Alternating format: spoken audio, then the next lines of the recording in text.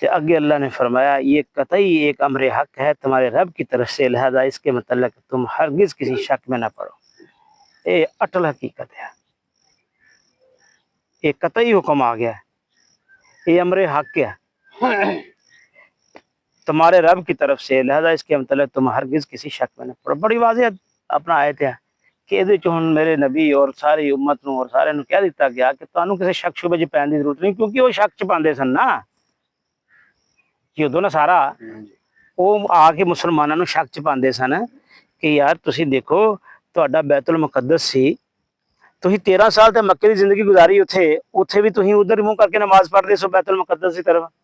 جہے 16-17 مہینے تسی جو اتھے آئے جی اتھے بھی اتھے ادھر منہ کر کے نماز پڑھدے پے جی، کہ اکثر یکا یک تسی نماز دے اندر رخ موڑ کے دوسری طرف کر لیا ہے۔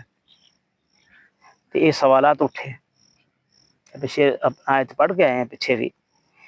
لیکن اللہ نے اتنے بھی بحث ختم کی تھی، بس نہ یہ بارے ہوں سوچنا ہے تو نہ تو کوئی گمان گزرے، ایسا آیت دا مفہوم ہے، یہ قطعی ایک امر حق ہے، قطعی بالکل دو ٹوک قطعی اللہ تعالی کی طرف یہ امر آ گیا، حق دا حکم آ گیا ہے تمہارے رب کی طرف سے، لہذا اس کے متعلق تم ہرگز کسی شک میں نہ پڑو، جو ہو گیا سو ہو گیا، اس شک کرنے کی ضرورت کوئی نہیں ہے گی۔ یہ تو بھٹکے ہوئے لوگ نے، یہ تو راندہ درگاہ نے، یہ ادو نے سارا، لہذا کسی شک شبے پہننے کی ضرورت کوئی نہیں ہے۔ وآخر دعوانا الحمدللہ رب العالمین۔